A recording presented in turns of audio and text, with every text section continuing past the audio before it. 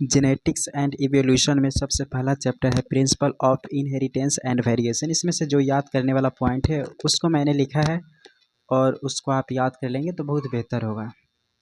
J.D. Watson received PhD in 1950 study of the effect of hard x ray पर study करके उन्होंने PhD की उपाधि पाई 1950 में ऑन बैक्टीरियोफेज मल्टीप्लिकेशन। तो J.D. Watson received PhD in 1950 study of effect of hard X-ray on bacteriophage multiplication. Principle of inheritance and variation. Mendel crossed the tall plant from F2 with dwarf. Mendel ने crossed किए tall plant को F2 generation के dwarf plant से। तो इस तरह के test cross उन्होंने उसको नाम दिया। Inheritance in monohybrid cross to rule called law of inheritance. Law of inheritance को मोनोहाइब्रिड क्रॉस कराए दो तरह के उन्होंने दिए। सबसे पहला है लॉ ऑफ डोमिनेंस। तो factor occurs in pair the expression of only one the parental character in monohybrid cross in F1 and expression of both in F2 H 3:1।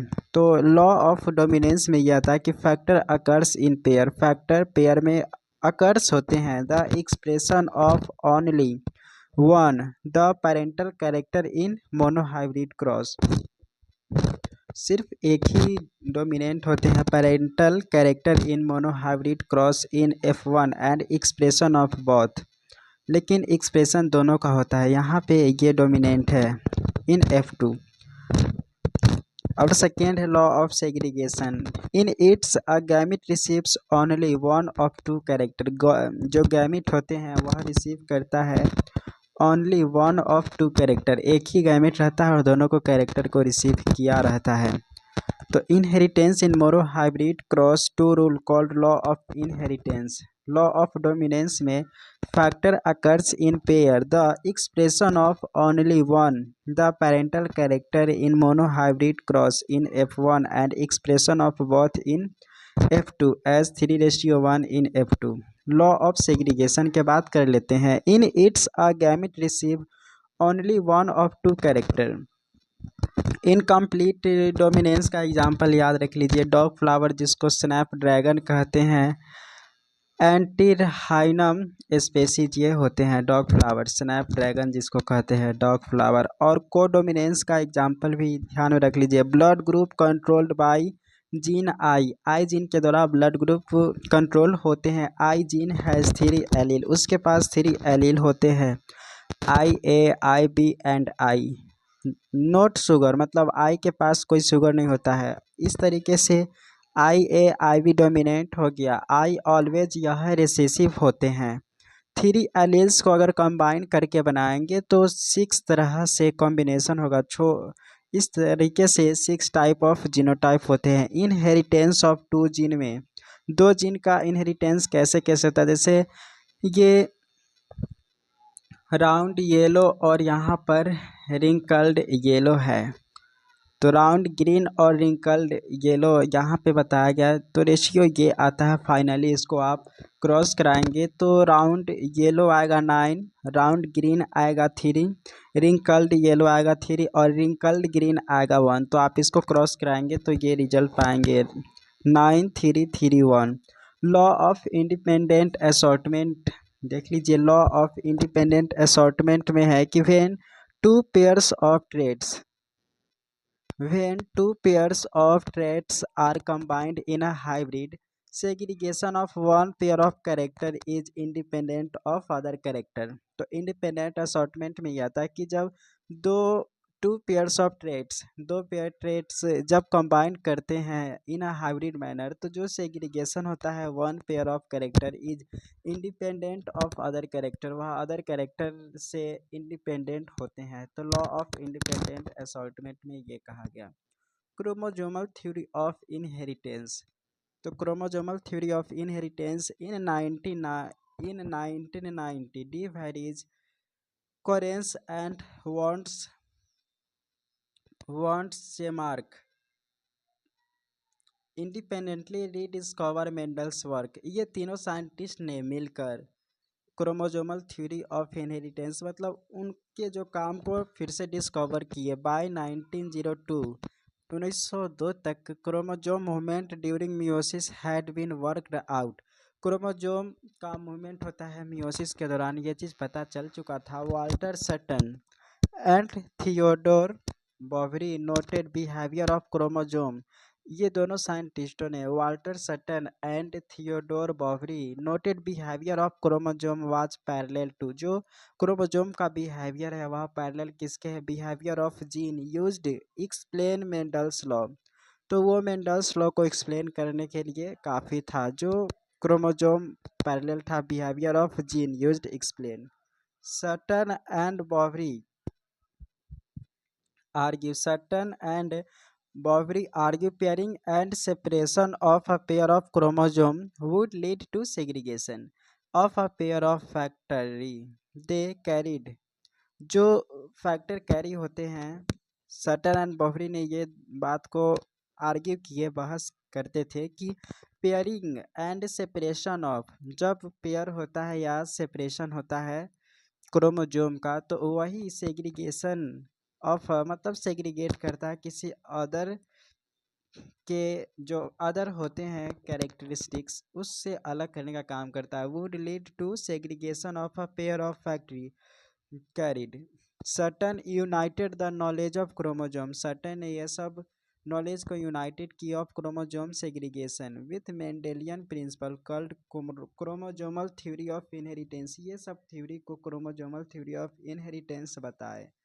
It's experiment T H Morgan ने इस experiment को खोजा। Variant sexual reproduction Drosophila और मेलांगोस्टर जिसको कहते हैं, किस पर वेरिएंट सेक्सुअल रिप्रोडक्शन हुआ? ड्रोसोफिला मेलांगोस्टर में टी एच मॉर्गन ने क्रोमोजोमल थ्योरी ऑफ इनहेरिटेंस को प्रैक्टिकली किए।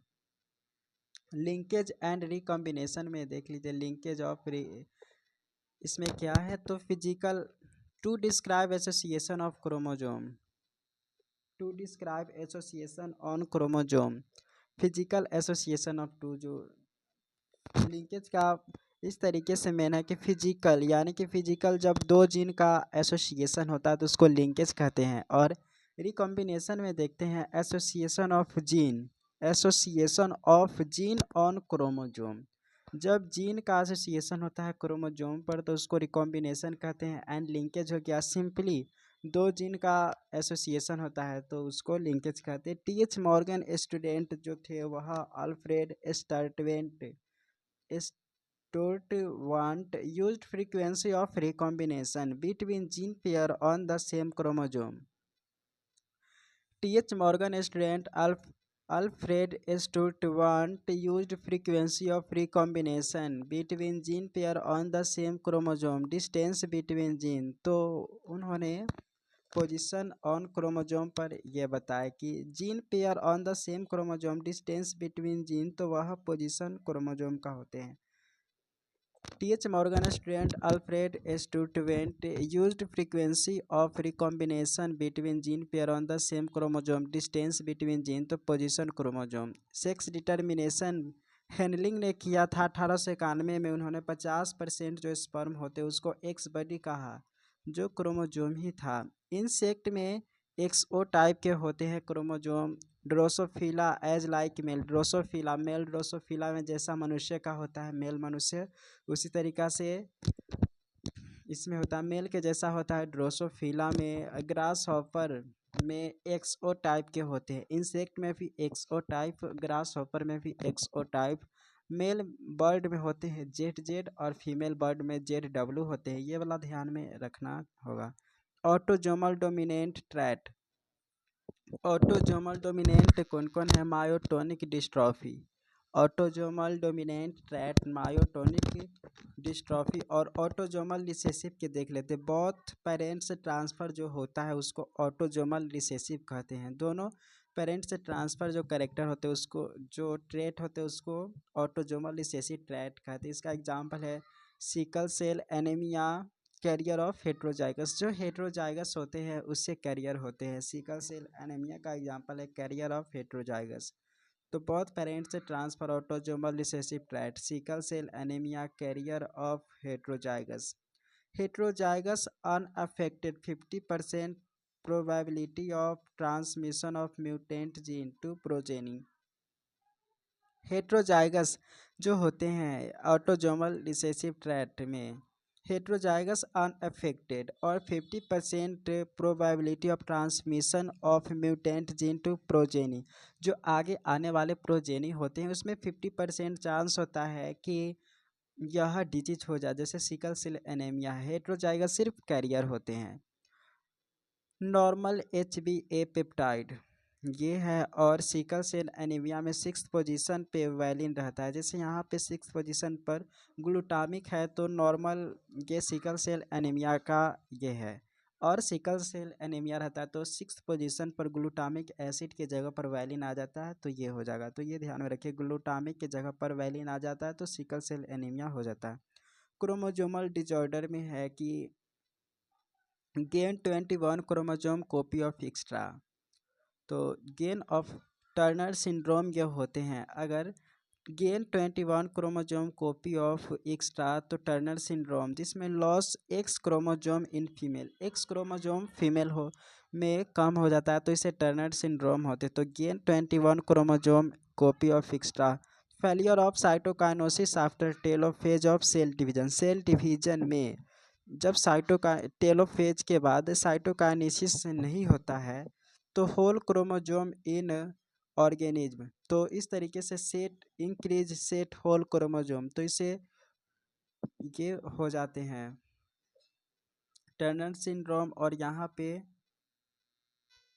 पॉलीप्लॉइडी हो जाते हैं कंडीशन। तो failure of cytokinesis after telophase of cell division increase set whole chromosome in organism, तो उसे पॉलीप्लॉइडी कंडीशन आ जाते हैं। तो जो भी याद करने वाला पॉइंट था मैंने बता दिया। ऐसे ही पढ़ने के लिए सब्सक्राइब करें। Thank you so much for watching.